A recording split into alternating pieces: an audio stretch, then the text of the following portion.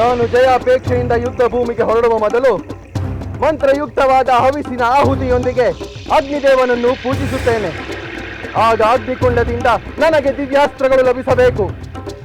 ನಾನು ದಿವ್ಯಾಸ್ತ್ರಗಳಿಂದ ಯುದ್ಧ ಮಾಡುವಾಗ ನನಗೆ ಯಾರಿಂದಲೂ ಮರಣ ಸಂಭವಿಸಬಾರದು.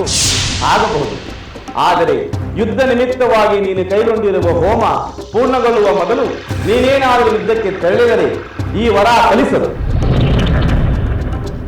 ಹಾಗೆ ಆಗಲಿ ಬ್ರಹ್ಮದೇವ. ಹೋಮ ಪೂರ್ಣವಾಗುವ ಮೊದಲೇ ನಾನು ಯುದ್ಧಕ್ಕೆ ಹೋದರೆ ನನ್ನ ವಿನಾಶವಾಗಲಿ.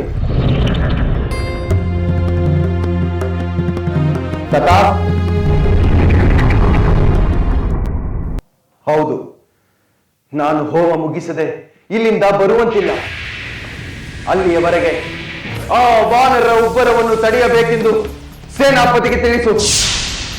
ಹೋಮ ಮುಗಿದ ಕೂಡಲೇ ನಾನಿಲ್ಲಿಂದ ರಣರಂಗಕ್ಕೆ ಬಂದು ಆ ವಾನರನ್ನು ನಾಶ ಮಾಡಿಬಿಡುತ್ತೇನೆ. ಹಾಗೆ ಆಗಲಿ ಪ್ರಭು.